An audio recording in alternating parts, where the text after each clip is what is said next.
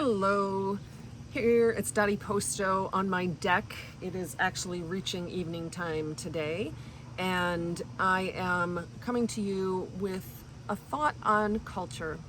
And what I want to challenge you today with is to think about whether your culture is magnetic or whether your culture in your organization is polarizing. And I just want to give you a few things when I thought about it, when I took a couple minutes to just jot down some notes about what really creates a polarizing culture. What does that look like? A polarizing culture looks like hidden agendas, closed door meetings, destructive conflicts that include personal attacks, maybe screaming matches, people talking over one another, or on the other end of it, people shutting down completely, which I have to say I've done sometimes in my life.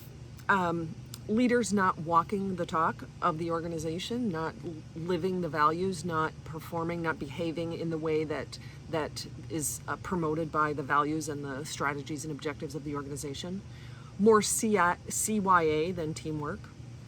Lack of accountability, shame, beating down nearly every idea that's raised, arguing, people who are passive aggressive, or people who refuse to contribute, and often because of many of the things I just mentioned.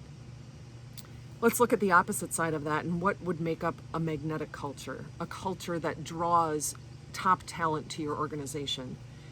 The first of which is vulnerability, and we'll get into that in more detail in another video. And I encourage you to look up some of Brene Brown's work on vulnerability. It's amazing. Trust.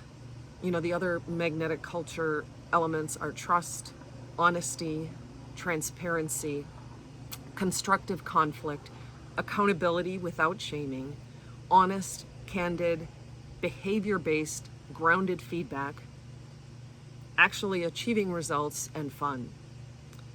And I'd like to hear some of the things, maybe some comments on what makes your organization magnetic. I'd like to really focus on the positive and really see where can you identify and draw out those ideas and those behaviors and the things, that you do as a leader, that you do on your teams that make your culture magnetic. If you'd share in the comments below, I'd love to hear them. And we'll do more videos on this idea of whether your culture is polarizing or whether it's magnetic.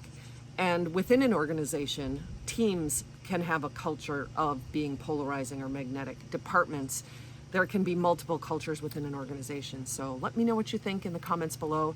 I'd love to have a conversation about it. Have a great afternoon.